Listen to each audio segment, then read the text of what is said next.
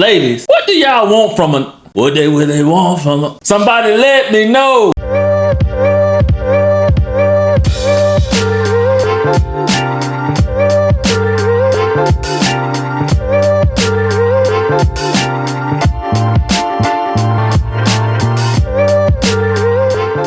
What's up, y'all? My name is Nekol. And what's up? It's your boy, A to the L to the A to the N. I'm Alan. And welcome to the Howze of Love podcast. Howze of Love is a relationship podcast where real talk meets real solutions. Each episode, we tackle the toughest topics, dating, relationships, situationships, or anything in between, and offer some words of wisdom, candid conversations, laughter for the things that help love last. This podcast dives deep into love, connection, and everything in between. So whether you are single, committed, or somewhere in the middle, Howze of Love offers wisdom, laughter, and all the tools to make love last. Because in the end, love wins. And in today's topic, we want to go over, ladies, what do y'all want from us men? Like DMX said, what they want from us? Somebody let me know. I don't even know what I'm supposed to say after that. Ladies, we don't really ask for too much, do we? We're not too needy. We don't need too much. So in today's episode, we are going to be talking about, what do women really want from men? Do we ask for too much? Is it too much to ask for a little this, a little that? We're going to talk about, what do women want? We can end this video right now. We know when it comes to women, we just want peace, food, and sex. Now let's get into this long list of what y'all want. We'll be here for hours. We won't. Note the timestamp. We won't. Okay, so the first thing that women want from men, and this is not in any particular order, but it's a simple thing. It costs you nothing. Emotional maturity. Now, it actually may cost you something if you have trauma that you haven't healed from. You may need to pay for a therapist. But is it too hard to ask for a little bit of emotional maturity from men? It depends. It depends on if that very said man, how he grew up, who he was raised by. Emotional maturity comes naturally to some people, and other people, they have to work for it. Yeah, I understand that. But at the same time, by the time you get to a certain age, you learn. You can't be stuck in the same mindset that you were in when you were a child, when you were a teenager. If you're a grown man now, you have to learn as you navigate the world that emotional maturity is a thing. But it's something that you need. But that's a great assumption, right? Because we see men crash out on a daily just for rejection. We see men crash out just because somebody tell them no. Yeah. So regardless of age does not equal maturity. It doesn't equal it, but it's like as you navigate the world, you have to learn at some point that the crashing out, the spazzing is not going to get you where you're trying to go. Emotional maturity is simply that. Can you handle a tough situation or conflict without crashing out, without exploding? Can we really express to you our feelings, what we're going through, without you crashing out? Y'all really don't want that. Y'all love that toxicity. We see it every day on social media. I don't. Girl, ooh, I don't. Girl, ooh, he broke my window. Ooh, girl, I'm finna go back to him. Ooh, girl, he get on my nerve, but I love him. This community over here, no, we're not crashing out. We don't want you to crash out. We don't thrive on crashing out. No. Okay. All right. Fair enough. But how do you choose an emotionally regulated, emotionally mature man before it's too late? Because a lot of times when we put in the work or we become the men that you say you now want, it's too late for you all. Why? Because y'all have been through the Pookies and the Ray Rays and them. Y'all have already experienced the toxicity. Y'all have already went through your bad boy phase. And some of you come out of it. Some of you don't. In some situations, you've already become a mother. So when you get to that emotional, mature man, can you handle him?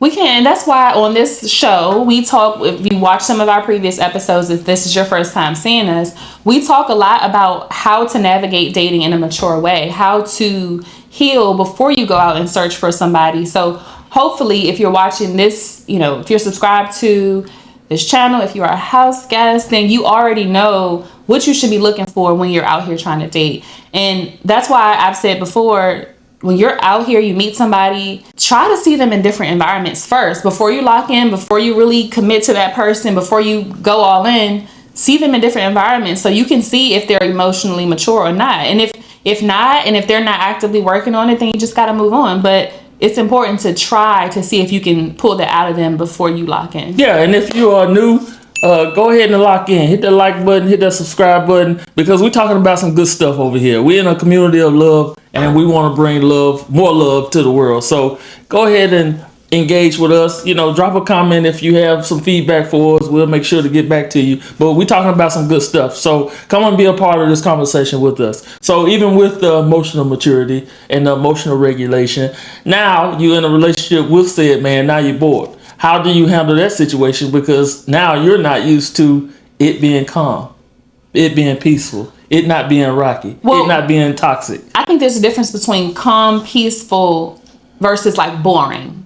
And you don't need toxicity to be not boring, right? You can, if you find this person that y'all really mesh well, y'all have fun together, that's the excitement.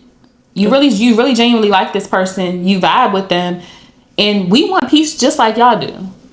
I think the women who like the toxicity, who want that thug off the streets, they're not secure in themselves. They haven't done the work on themselves. So that's a different breed you're talking about. That's not what we're talking about today. We're not talking about women who haven't emotionally healed, because over here, we tell you that you need to emotionally heal. You need to build yourself up. Put some deposits into your love account before you go out here and date. So if you haven't done that, of course, you're probably going to be attracted to some toxicity, and you're not going to find an emotionally mature man. That's fair. All right. So what is something else, or what is the next thing that women look for in us men, in us grown men?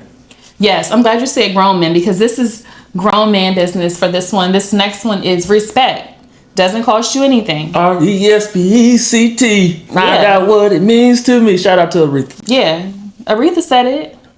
And that's how long ago? That's all we need. All we need is respect. And there's a lot of men, boys, YNs, people who haven't grown up, who aren't emotionally mature, that can be very disrespectful when things don't go their way. So if you're really looking for a woman to be your partner in life, to be your spouse, or to settle down with, you need to showcase respect. Respect for yourself, respect for her, respect for others, respect for your mother. Like, I've dated, and if a man calls his mother out her name, yeah, you're off my list, because you don't have respect for your mother. How are you going to have respect for me? Wow, that's interesting. Okay, that's a good one. I think on the contrary, fellas, I think it costs you nothing to show respect, right? It costs you nothing to be the type of individual of high character, right? Character is what you do when nobody's watching, right? So being respectful is one of those core values. It's great to make that distinction. And a lot of times too, if there are women that you're dating, or a woman's out here dating you, and she's asking for, well, we'll get into some other things that women really want from men, but if she's asking for things outside of this that's going to cost you a lot, and things like that, 9 times out of 10, she doesn't really want you. She's just using you. So we're not really talking about that. We're talking about women who are really looking for their soulmate, their person. They're trying to settle down. So I think there's a difference. Women will want the bag, want the nails done, want the luxury dates from somebody that they just want to use. Right. So right. I think there's a difference. Yeah, there's a big difference. That's a huge difference. So thanks for making that distinction. All right. So we've gone through the emotional maturity. We've gone through the respect. Again, shout out to Aretha. But before Aretha, it was Otis Redding, even further back. So both of them got 2 versions of respect. Listen to both of them. They're great. So after those 2, what's next? What's next on the list? No particular order. Keep it in mind. No particular order. The next thing that we look for is accountability. Really? We do. You look for something that you're not willing to look within for. I hate when men say we don't hold ourselves accountable, or we don't hold other women accountable. That's not true. It's not true. Okay.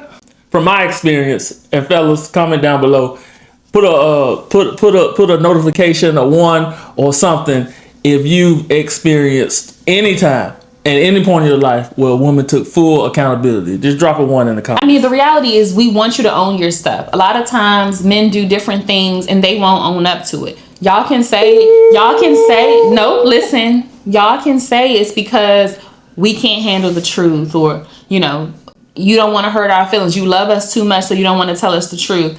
So that's your excuse for not holding yourself accountable for what you did or what you said or anything like that. But let's be clear. I think that both men and women should take accountability. Okay. So I'm not saying it's one-sided, but for women, We don't need a lot. If you are emotionally mature, if you are respectful and you can take accountability, those are things that will make us want to nurture you, want to hold you down and just own your stuff. And I think that's a good point, right? And I think it's a difference.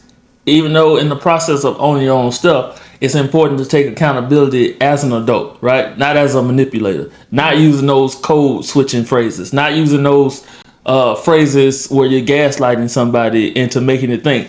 Even though he took accountability, was it really me, right?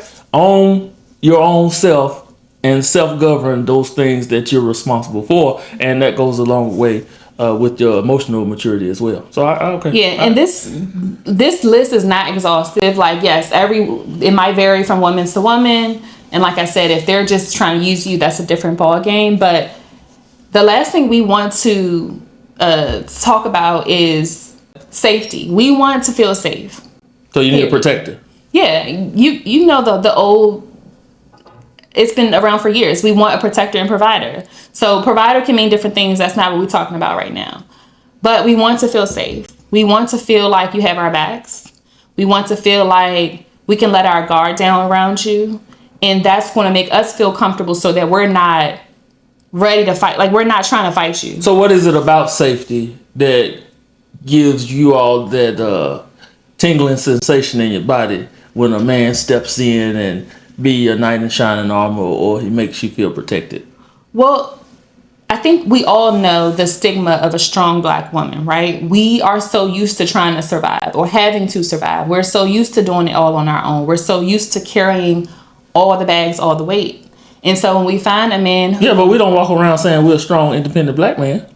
And we don't necessarily... Never mind. I'm not going to say that, because we do. We say we're strong because we have to accountability. We have to be. We have to be. A lot of times we're put in positions where maybe we had the babies and we stuck with the babies because the dad can go out and we got to carry the baby. The dad can go out and do what he wants to do. So we're always... The reality is we have to be the one to take care of the kids for the most part. You know, and don't get me wrong. There's some great fathers out here, but the women always...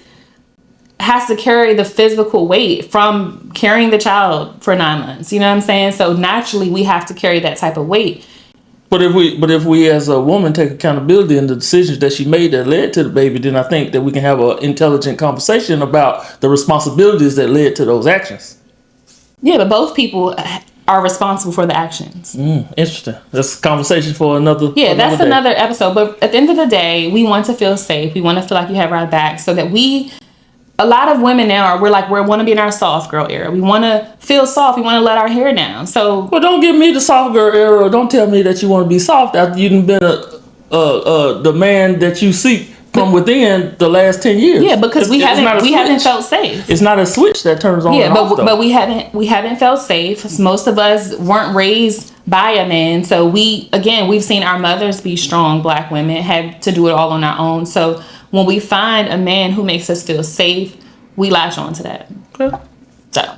Okay. So the next thing that women want from a man is I really want from him is someone who allows us to be ourselves. And trust me, I've been through this where I feel like I couldn't be myself, and that was a turn off. Yeah, you've mentioned that before when we was talking off script about the time that you felt you couldn't be yourself or that you had to put on a mask. Can you talk a little bit about that before you go into your topic? How it made you feel? How did he present that to you? Or whatever the case may be, and how it kind of suppressed who you were as a person, where you didn't necessarily feel as comfortable, confident, as beautiful or sexy or whatever it made you feel. Can you speak on that? And I don't think it's about not feeling confident or anything like that. It's you meet somebody who is so used to seeing you a certain way. Like maybe you're just casually dating, or you've only seen the best of me.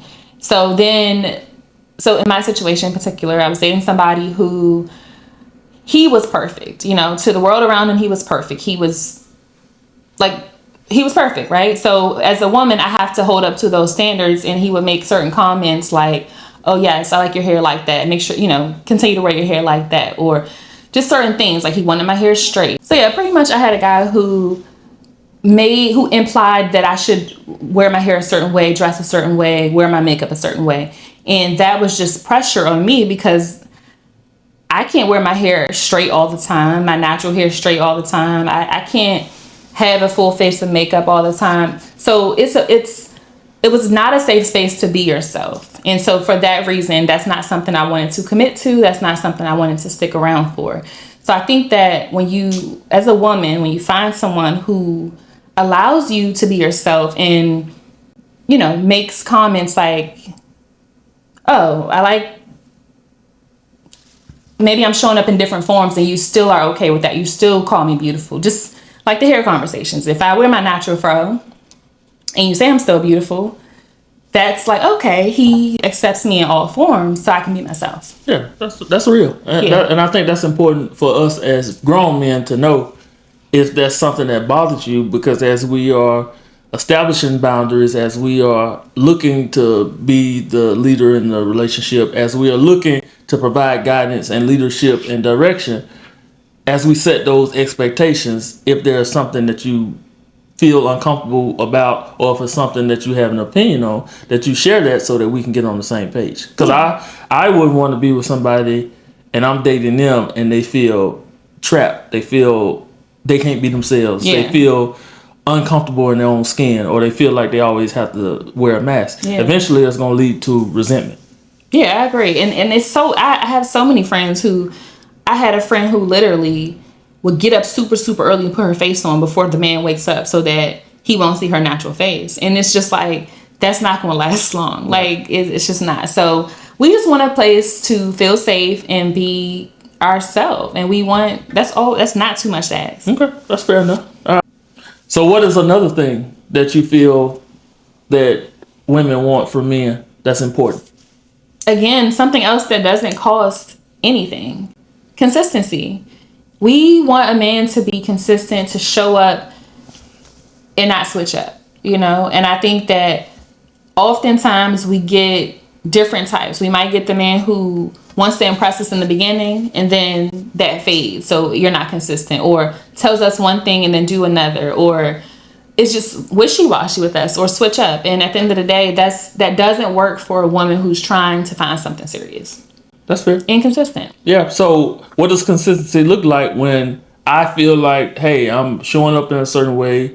You know, I may initiate the conversation more often than she does. I may go out of my way as the guy to plan dates and she never plans anything. Or I may go out of my way to make sure that she feels some type of way, and then I get to a point where it's not being reciprocated. At what point do I get to not be consistent because you're not showing up as your better self? I mean, in those cases, I think that communication is key. If you're not communicating how you feel, or that you feel that there's a problem, for you to, before you just go and stop doing the things that you were doing, express yourself. Express how you feel. Because otherwise, if you're doing these nice things for me, doing whatever, and then you just stop without having conversation or communicating that to me, then there may be resentment because I don't know that you're feeling the way because I haven't planned dates, or because I haven't done X, Y, Z, or that you feel like the reciprocation is missing. So communicate. But I think even in the process of communicating, it's difficult to communicate with a lot of women because they are emotionally driven. So they get in their feelings about things that the man expresses that he needs or that he's expecting, and then he gets labeled a certain way. Oh, he's sassy, or he's not masculine, or he's not the man for me, and all we're doing is asking for the very same thing that you're asking for that doesn't cost a thing. Consistency, right? Our list of needs, our list of wants are much shorter than most women out, especially in this modern day society where women get to pick and choose off the imaginary tree on what they think that they should have from a man and what they won't settle for in the course of a relationship, and end up by themselves. Well, this is why I feel like when you're dating and in a relationship, it should be a friendship too. Like, y'all should be like the best of friends. Y'all should be super cool, because that automatically creates a safe space to where y'all feel comfortable. And it's not like, oh, I'm in my feelings because you came for me or you expressed yourself. Because it's just like if you have a best friend, like, you're going to feel safe enough to know that although he's coming for me, although he's, I feel attacked, I know it's out of love because this is my friend. He loves me. So Yeah, I think that it's just levels to it, and I feel like if y'all can't communicate, y'all can't get on the same page, or one person feels attacked and can't get past that, then maybe y'all are just not meant to be. Well, I disagree. I don't feel like you need a friend, right? You need somebody that can lead you. You need somebody that can I feel protect like you need a friend. You need somebody that can communicate with you. You need somebody that's emotionally mature. You need somebody. You just went through this whole list, and now you're telling me that you want to friends on me, basically. No, right? I'm not saying I'm friends on you. Hold on, hear me out. Because with friends, you're looking at me as potentially a friend because you're putting yourself in that mindset. Even though I'm your man, even though I'm supposed to protect, provide, make you feel safe and all these other things, you're looking at me as a friend. I'm not getting that same level of respect because I need you to respect me as the man, head of household if we're married, so that everything that falls underneath that I need you to handle, that I can trust that you're going to handle that. I don't need you to be my friend because we may not see eye to eye all the time. Us being friends may cause dissension. Us being friends may cause you to friend zone me in the course of a relationship. I disagree. I feel like I hear what you're saying, but what I'm saying is you're not only my friend, but that's just another layer to it, because when you are friends or when you spend time on a friend level, I feel like you get to vibe with people more. You get to kind of see if you mesh well. If you don't like, if you just don't like that person and the love is gone or the lust is gone, then what do you have? Like you're not, you don't have anything left. Ladies, do you feel like there's no foundation? Ladies, do you feel like you need a friend while in a relationship with your man? Does your man need to be your friend? Comment down below. This is so contradicting because also this goes to the topic, and we can do this on another episode, where men are like, they don't want their woman to have a male friend or a male best friend. That's why I was going with that. So we on the same page because that's why I was going with that. On one end, you say when a guy approach you, oh, I got a man, we can't be friends. But in your relationship, you want him to be a friend. That's contradictory in itself. No, because I'm saying that a man can be both. But because you speak that into the atmosphere, you have to be mindful of your friend, your man. It's a different layer. There's different levels of responsibility that comes with that. So if you're viewing it the same way, that could cause dissension. That's what I'm saying. The difference in your man and your friend is a lot of the stuff in between that can cause conflict in a relationship. So going to your point earlier, I think that's where the communication is key, where you set those boundaries, you set those expectations, and you have a firm line in the sand. I ain't your damn friend. I'm your man. I got you. That's a conversation for another day because I know plenty of men who are like, oh, you don't need a male best friend, I'm your friend, so it's just like, which one is it? I've heard that too. You're intimidated by me having a male friend. No, I'm not intimidated. I'm not intimidated. Okay. It's a level of respect that doesn't cost you anything to have a conversation. Hey, okay. I've had John be my friend for the last 20 years. We've been friends since high school. Now that we are married, I would still like John to be my friend. Can you meet John? And if he says no, you can't have John, then what? Or no, it's John and then me, then what? We're going to save this for a future episode. Let us know in the comment section if you want us to do an episode on having friends of the opposite sex, because that is a whole nother conversation. I know it can go both ways. I have friends who literally have to her boyfriend's face said, this is my best friend, and to her female friend's face saying that, oh, he spent the night. So, and for us, that's just a friend that hadn't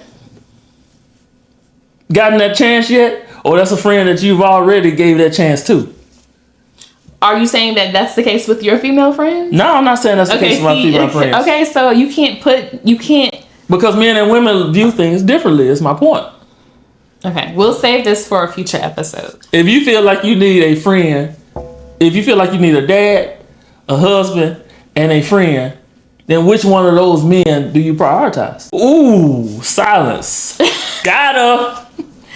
We'll save that for a future episode. Yeah, so it was a great discussion today about what women really want from us as men, what they really want from us.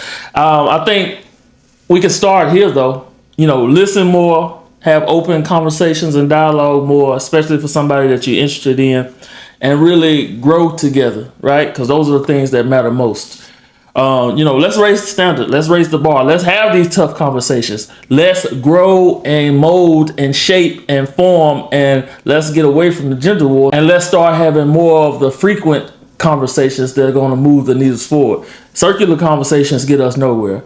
Honest conversations get us everywhere, because you know exactly where you stand with a person and how you can move from point A to point B all the way to point Z if you so desire, and if it's somebody that you feel that you can invest time and energy into. Yeah, and with anything, the more you have the tough conversations, the more you have the challenging conversations, the easier it'll be. So I know it's uncomfortable at first. It is. But the more you have it, the more you're in spaces like this where people are talking about it, the more you can feel encouraged to talk about it too with your person or your friend groups, and it'll be easier. And overall, we'll have healthier relationships and fewer broken homes if we continue to have the tough conversations. Yep. So ladies, drop a comment below.